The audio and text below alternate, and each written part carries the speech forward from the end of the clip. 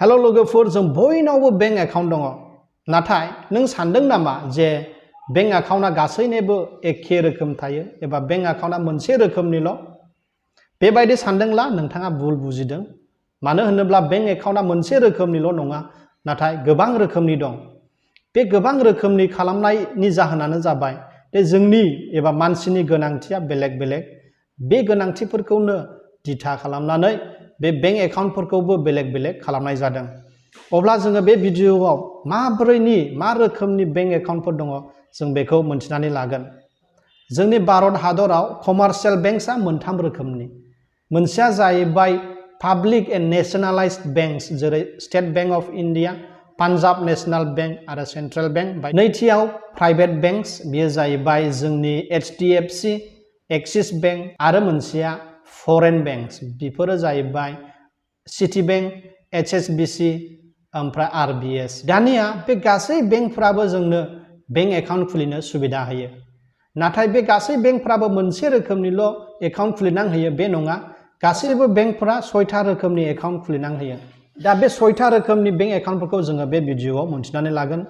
बे बेंकनि एकाउन्टफोरखौ जोङो मोनथिनानै लानाया गाहाम मानो होनब्ला जोंनोबो गोनांथि जायो एखनबा ओमफ्राय जोङो बे सुबिदाखौ जोंनि एकाउन्टआव मोननो थाङा जोङो नुनो मोनो बेनिखायनो भिडिअखौ जोबजासिम नायलांदो अब्लानो बुजिगोन नोंथांमोना जे नोंनि मा गोनांथि दं बे गोनांथिखौ सुफुंनो थाखाय माबायदि एकाउन्ट खुलिनानै लानांगौ सेथियाव दं सेभिंस एकाउन्ट बे सेभिंस एकाउन्टआ जों बयनावबो दङ गासै मानसिफोरनावबो सेभिंस एकाउन्ट दङ थ' बियो नर्माल एकाउन्ट जेरावहाय बेनि बेनिफिटआ जागोन नोङो फैसा दोननो हायो जेसेबां दोननो गोसो दोननो हायो नाथाय बेयावहाय विथड्रवालनि लिमिट दङ बख'नायनि लिमिट थायो सोरनाबा 10,000ल' डेलि सोरनाबा 20,000 सोरनाबा 50,000 बेफोरबायदि 50,000 बारलाथ' नोंथाङा चेकजोंसो बख'नांगौ फैसाखौ बेबायदि बिनि बेनिफिटआ मोनसे दंबावो बे जाहैबाय नोंथाङा फैसा दोनोब्ला बे फैसानि माबायावहाय इन्ट्रेस्ट मोनगोन बे फैसा दोननायनि सायावहाय इन्ट्रेस्ट मोनगोन बे इन्ट्रेस्टखौहाय 4% बेंकफ्रा होनाय जायो दानिया नैथियाव दङ फिक्स्ड डिप'जिट एकाउन्ट बे फिक्स्ड डिप'जिट एकाउन्टआ मा फिक्स्ड डिप'जिट एकाउन्टआ जाहैबाय सासे मानसिया फिक्स टाइमनि थाखाय मोनसे फिक्स रां जमा दोननाय जायो जाहाथे बे रांनि सायावहाय बियो इन्ट्रेस्ट मोनो फिक्स्ड डिप'जिट एकाउन्टनि बेनिफिटआ बेनो जे बेवहाय इन्ट्रेस्टआ गोबां जायो सेभिंस एकाउन्टनिफ्रायबो बेवहाय इन्ट्रेस्टआ गोबां जायो आरो बेयाव इनभेस्ट खालामनोब्ला एबा फैसा दोननोब्ला बेसेबां दोननो हायो नाथाय बे टाइमा फिक्स थायो एसे लिमिट थायो बे जाहैबाय खमसे खम 7 दिन दोननांगौ आरो बिनि बांसिन दोनोब्ला 10 बोसोर मेक्सिमाम दोननो हायो बेयावबो फैसा दोननायखौ 10 बोसोर दोनदोंब्ला बिनि सिगांबो दिहुननो हायो फैसाखौ नाथाय दिहुनोब्ला बेंकआ जा इन्ट्रेस्ट दंमोन बेखौ दाननो हागौ एबा इन्ट्रेस्ट हरा मारिनो नोंनि बीमा थाखाखौल' बेंकआ नोंनो हरनो हागौ थामथियाव दङ कारेन्ट एकाउन्टखौ बिजनेस एकाउन्टबो बुङो बेखौ बांसिन बिजनेस आरो कर्परेट मानसिफोरा बाहायो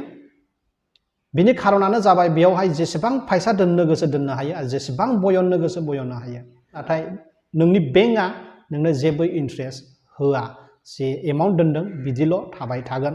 आरो बेजों लोगोसे बेवहाय एकाउन्ट मेंटेनेन्स बेलेन्सआ गोबां जायो गोबां फैसा दोनबाय थानांगौ जायो नङाब्ला फाइनाबो गोबां खोलैयो बेंकफोरा नेक्स्टआव रेकारिं एकाउन्टआ जाहैबाय जे नोंथाङा फैसा दोनगोन नाथाय किस्ति हिसाबै दोनगोन बेबो टाइम लानानै दोनगोन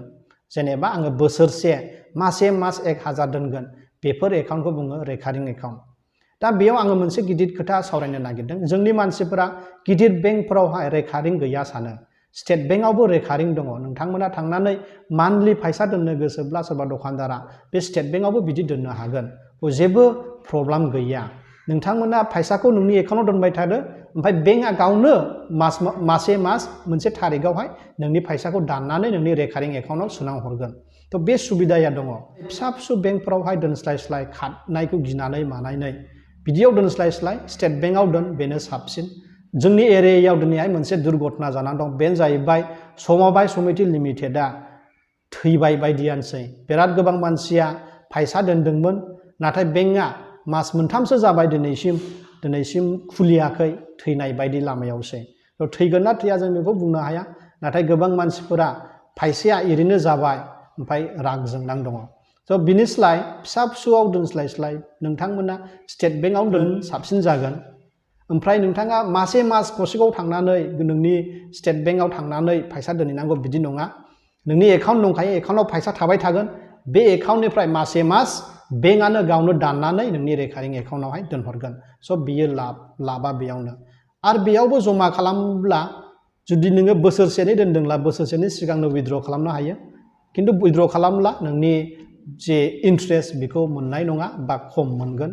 बे बिनि मोनसे ड्रबेक नेक्स्टआ जाहैबाय सेलारि एकाउन्टआबो सेभिंस एकाउन्ट बायो नाथाय बेवहाय एमप्लयारा एबा खामानि होग्रा मालिकआ गावनि खामानि मावग्रा मानसिफोरनि थाखाय खुलिनानै होयो बियो माबोरै खुलियो जिखुनु जा बेंकजोंहाय गावनि खाथिनि बेंकजोंहाय बियो रायलायनानै बे डिल खालामनानै टाइ आप खालामनानै बियो रायलायो जाहाथे बिनि सेलारि होनाया इजि जायो बिनि थाखाय बियो गावनि एमप्लयिफोरनो खामानि मावग्राफोरनो बे एकाउन्टखौ खुलिनानै होयो बेखौनो होनो सेलारि एकाउन्ट लास्टआव दं एनआरआइ एकाउन्ट एनआरआइआ जाहैबाय नन रेसिडेन्ट इन्डियान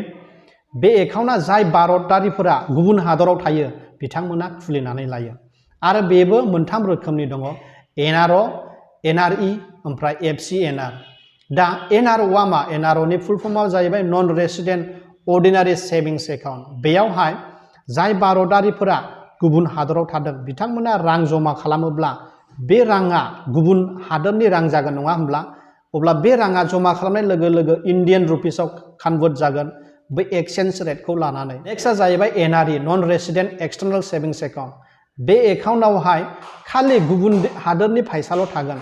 बेयो इन्डियान रुपिसाव कन्भार्ट जानाय नङा लास्टआव एफसिएनआर फरेन कारेन्सि नन रेसिडेन्ट एकाउन्ट बे एकाउन्टआ एनआरअ ओमफ्राय एनआरइनिफ्राय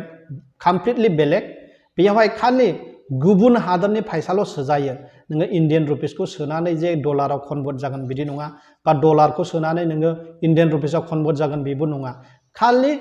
गुबुन हादरनि फैसाल' सोजागोन जुदि आमेरिकायाव थायोब्ला आमेरिकानि कारेन्सि ओमफ्राय दुबाइयाव थायोब्ला दुबाइनि कारेन्सि बेफोरबायदि अब्ला जोङो बे भिडिअआवहाय गुबुन गुबुन रोखोमनि एकाउन्टफोरखौ मोनथिनानै लाबाय नोंथांनो माबायदि गोनांथि दङ बे गोनांथि अनुजायै एकाउन्टफोरखौ खुलिनानै ला सेभिंस बेंक एकाउन्टआवबो आरो मोनसे खोथाखौ बुंनो बावबावदों सेभिंस बेंक एकाउन्टआवबो गोबां रोखोमनि सेभिंस दङ सिनियर सिटिजेन सेभिंस एकाउन्ट दङ बेयावहाय बोराय बुरैफोरा खुलिनो हागोन ओमफ्राय बेयाव इन्ट्रेस्टआबो गोबां जायो आरो एकाउन्ट मेन्टेनेन्स चार्जबो गैयायानो जायो आरो चाइल्ड सेभिंसबो दङ ओमफ्राय फेमिलि सेभिंसबो दङ बेखौ जइन्ट फेमिलियावहाय नाम खुलिनानै फैसा दोननो हागोन बेफोरबायदिबो राहा होनाय जायो बेंकफोरावहाय बेफोरनि सुबिदाखौ नोंथांनो मा गोनांथि दं मा रोखोमनि बे गोनांथि हिसाबै खुलिनानै ला रोङाब्ला बेंकआवफोराव सोंहैनाबो हायो आरो जुदि मोनथिनो लुबैदों नोंथांमोना आंनो कमेन्टआव हर नेक्स्ट भिडिअआव नोंथांमोना मा सोंहरदों आं बिनि सायाव भिडिअ खालामनो हास्थायगोन गोजोन्थों।